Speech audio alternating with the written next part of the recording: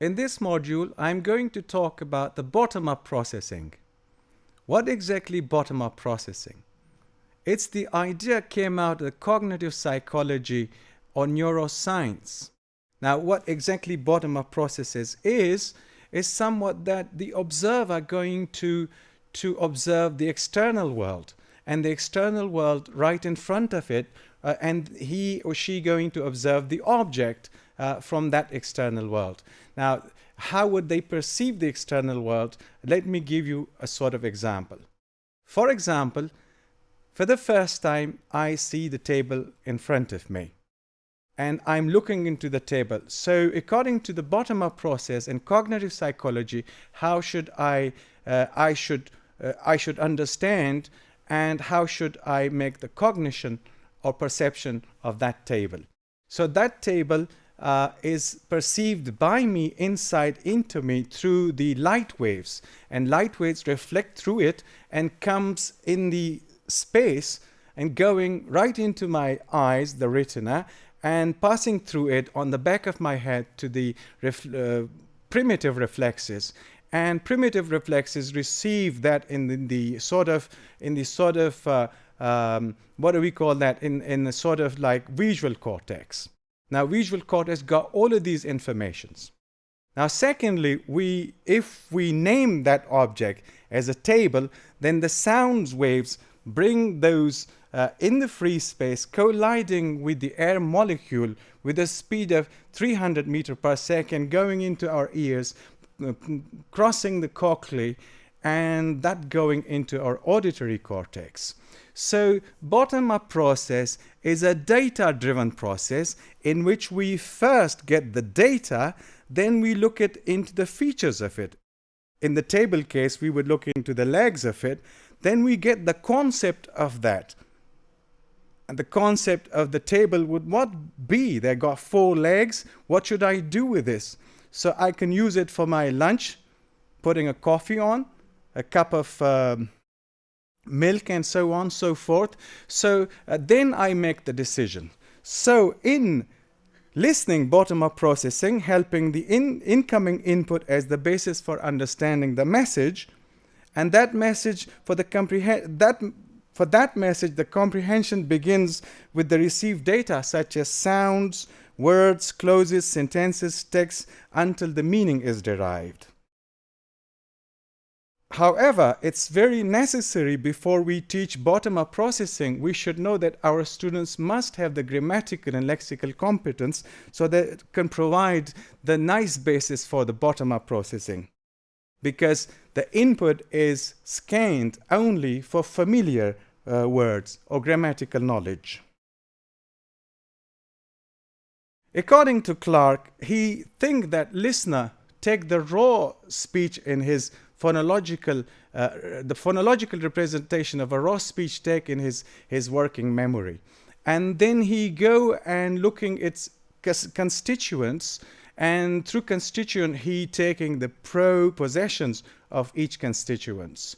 So meaning that the sound waves going into you, and they are striking up with the visual cortex. So the words carrying messages, and message transfer to meaning by you seeing the pictures from your visual cortex. So therefore, it's something that lies in the words, carries the messages goes into your body, vibrate your body, and it's reflecting with your visual cortex that you could see what is going on right in front of you through these words. So therefore, it is important that we can have those ideas of phonological representation through the words, and that could happen once we're pronouncing words and we're receiving that data more actively. So meaning that we should need to be more active listener to perceive all of that data into us. I can illustrate an example. Imagine I say this to you. The guy I sat next to on the bus this morning was telling me that he runs a Thai restaurant in Chinatown. Apparently, this restaurant is very popular at the moment. So according to Clark, what happens is that we can get that utterance as in chunks, such as the guy I sat next to on the bus this morning was telling me that he runs a Thai restaurant in China, and this restaurant apparently very popular at the moment. So the grammatical and lexical competence allow people to take it the whole message like this. I was on the bus, there was a guy next to me, we talked, he said he runs a Thai restaurant in Chinatown. It's very popular now. So there are the teaching of bottom-up processing is somewhat that you have to retain the input while it's being processed. You should recognize the words and clauses division, recognize the key words, recognize the key transition in the discourse, recognize grammatical relationship between key elements in sentences, use stress intonation to identify words and sentences functions.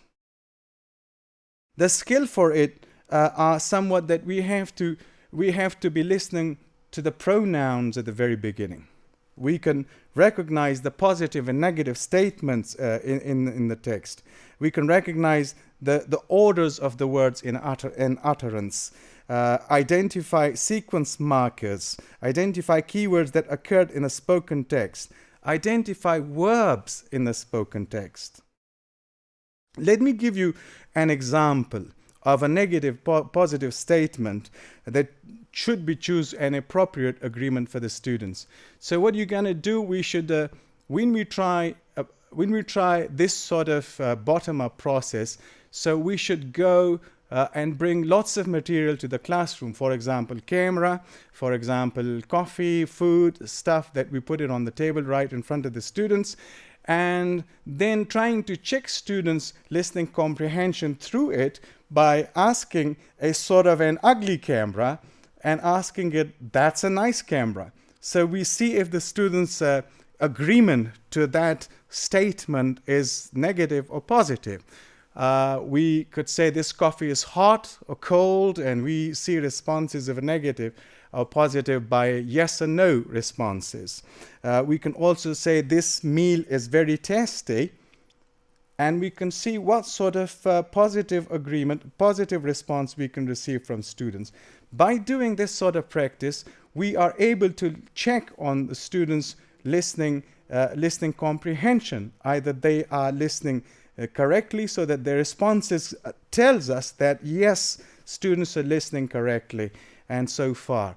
So in this module, I talk about the bottom-up process. It's the sort of process from which words take the message, and from message we go to meanings.